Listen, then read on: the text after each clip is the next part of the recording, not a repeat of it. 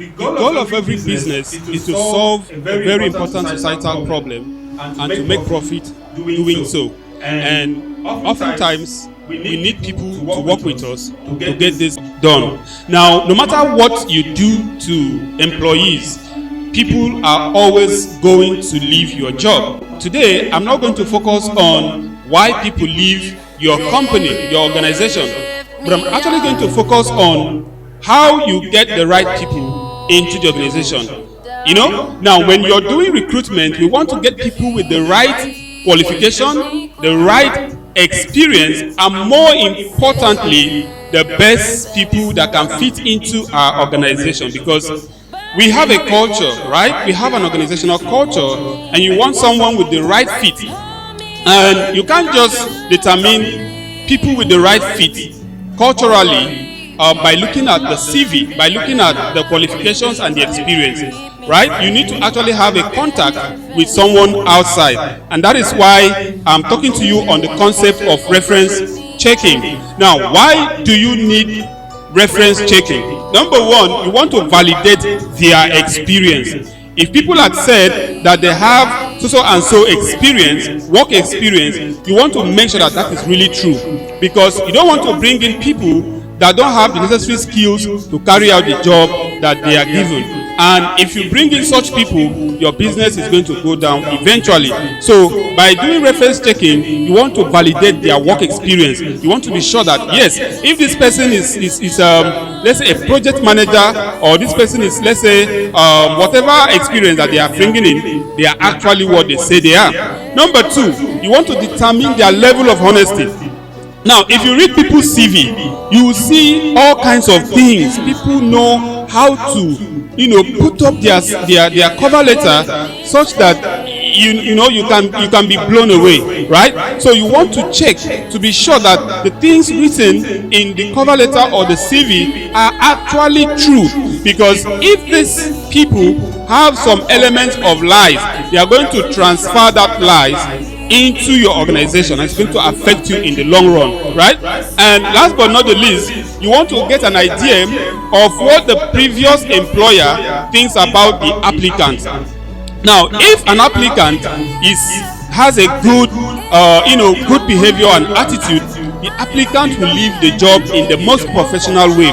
The applicant will write for resignation or whatever, right? Or if an applicant was outrightly fired, you are going to find out, right? Because if an employer outrightly fired an applicant for a wrongdoing, for a misbehavior, chances are they are likely going to tell you that, oh, that person, we just let him go. And when you hear we let him go, you're going to find out, you want to know why did they let this person go, right? But if the person was good enough for the other company and probably just wants to change company, probably to upgrade salary or status or whatever, the person would go through a resignation process, and he will leave the previous job on a good atmosphere. So the previous employer will have good things to say about this person, right? Now, how do you conduct your reference checking? Now, if you look at most CVs, most recent CVs, you see applicants write referees available on request. Yes. So I don't usually like that, because that is one of the turn-offs I have when I'm going through CVs. Why will you ask me, why will you say available on request? Definitely I'm going to request, I need it. I need to know. I need to interact with somebody outside you. Beyond you, I need to know more about you, and you can tell me about you, right? You want to give me extra work, right? So, for those who put the referees, I'm going to call these referees.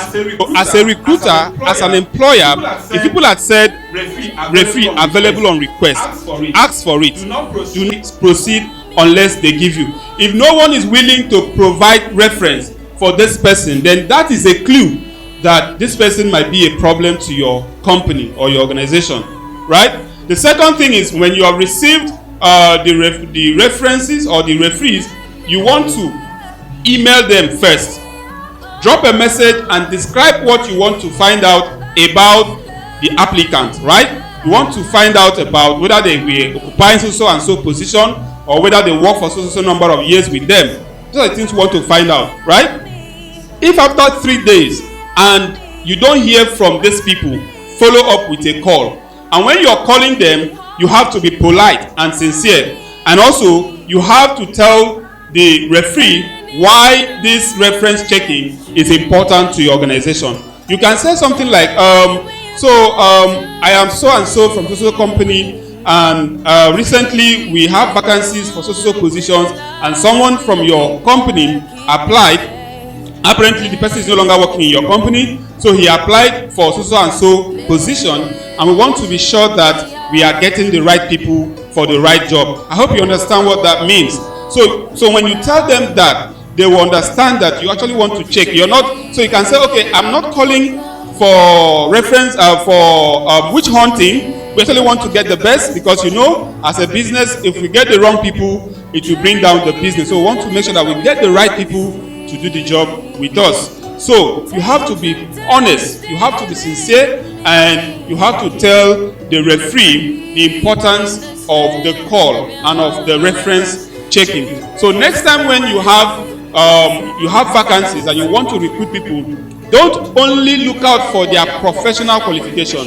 Don't only look out for their years of experience. Also look out for clues to tell you if these people are going to be good in terms of their behavior, their attitude, their mental state. Because if they come in with negative energy, it's going to rub off on the rest of your employees.